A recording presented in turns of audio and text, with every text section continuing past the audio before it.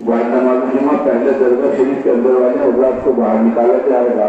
लिहाजा दरगाह शरीफ के बाहर हजरात अपनी बाजानी हट जाए, दाएं तरफ का आधा रास्ता दरगाह शरीफ से बाहर निकलने वाले लोगों के लिए छोड़ दें। पुलिसकर्मियों और वॉलंटियर्स की हिदायत पर अमल करें, जो बहुत बहाना न करें। ये सिर्फ और सिर्फ आप हजरात की सहूलियत व सुविधा के लिए व्यवस्था में लगे हुए हैं, क्योंकि इमाम साहब की आवाज बदलिए माइक आप हजरात तक पहुंचती है, लेकिन ये मशीन है, इस पर भरोसा नहीं किया जा सकता।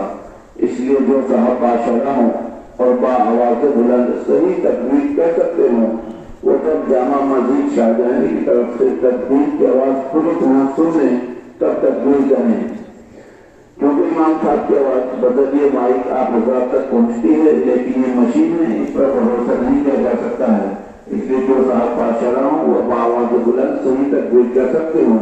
और जब जामा मस्जिद की तरफ से तकबीर की आवाज पूरी तरह सुन लें